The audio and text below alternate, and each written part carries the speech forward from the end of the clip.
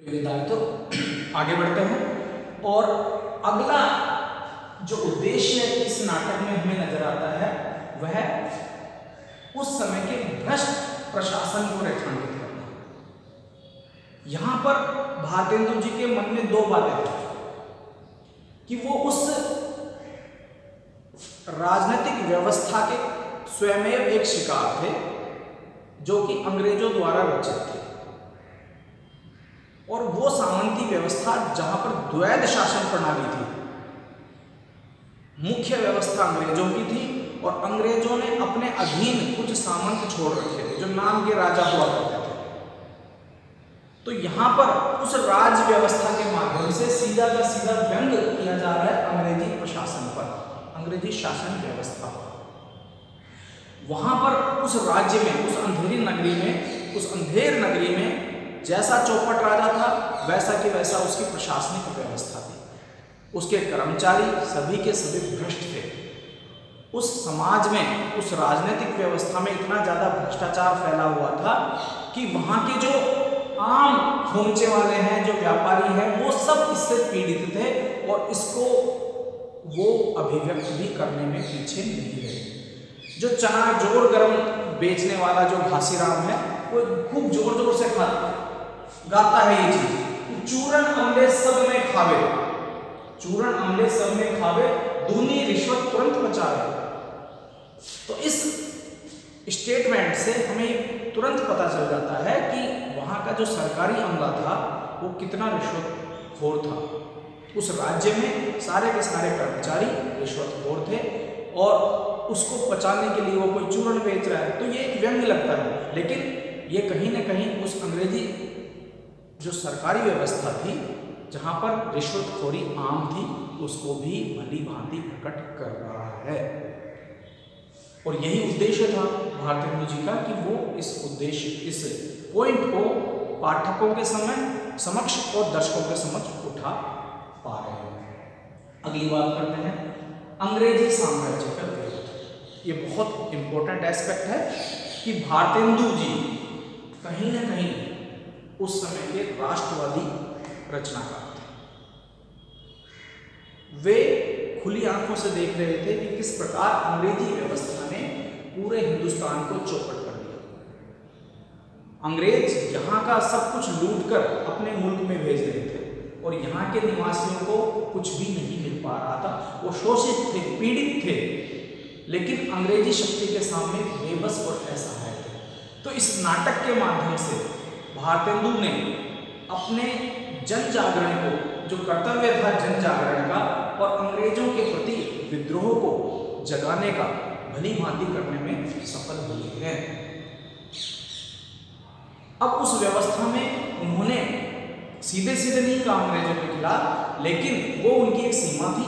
लेकिन इस नाटक के माध्यम से, व्यंग्य के माध्यम से, हास्य के माध्यम से वो उस अंग्रेजी साम्राज्य के जो कुचक्र था, उसकी कुव्यवस्था थी जो भारतीयों के लिए हितकर नहीं थी, उसको भली भांति वो उठाने में सक्षम हुए हैं। ये देखिए, चूरन साहब लोग जो खाता सारा हिंद हजम कर जाता।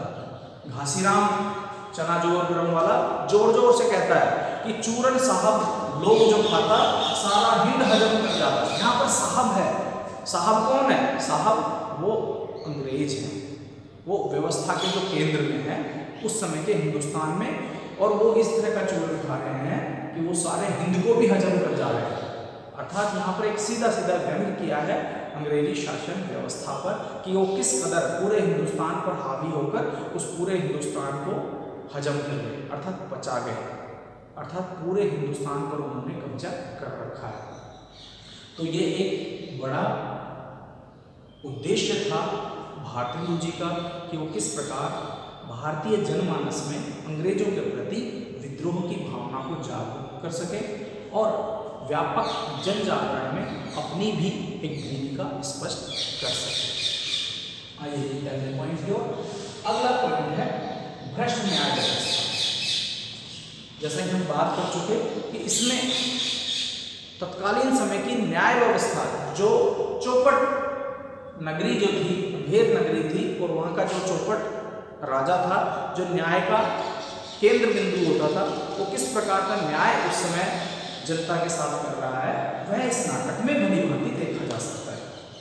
इस नाटक के माध्यम से तत्कालीन समय की न्याय व्यवस्था के ऊपर भी एक चोट की गई है।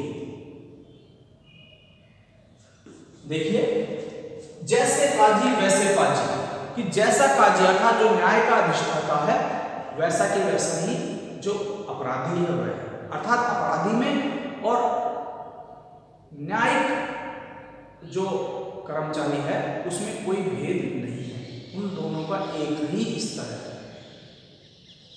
कमोबेश यही स्थिति भारतेंदु जी के समय थी, और उस स्थिति को कि किस प्रकार न्याय व्यवस्था छिन्न भिन्न है, किस प्रकार अदालतों में चक्कर काटने के लिए गरीब जनता मजबूर है, पैसे वाले को न्याय मिल जाता है और गरीब जनता पिसती रहती है, यह उस समय की न्याय प्रणाली की सबसे बड़ी दुर्गति थी।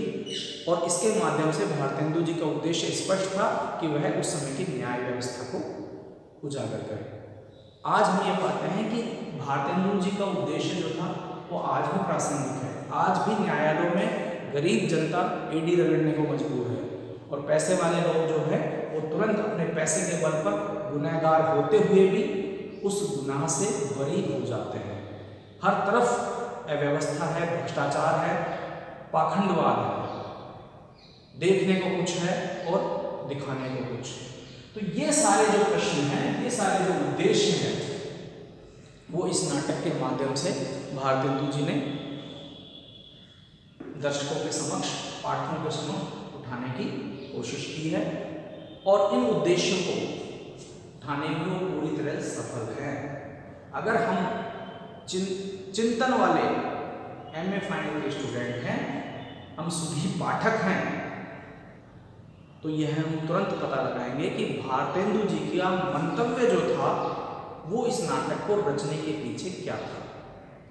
एक स्मित हास्य नाटक के रूप में, एक हल्के हास्य के रूप में उन्होंने बहुत गंभीर बातें हमारे दर्शकों के सामने उपस्थित कर दी, और बहुत ही तरीके से, बहुत ही कूटनीतिक रूप से वो अपने उद्देश्य में सफल भी हो गए।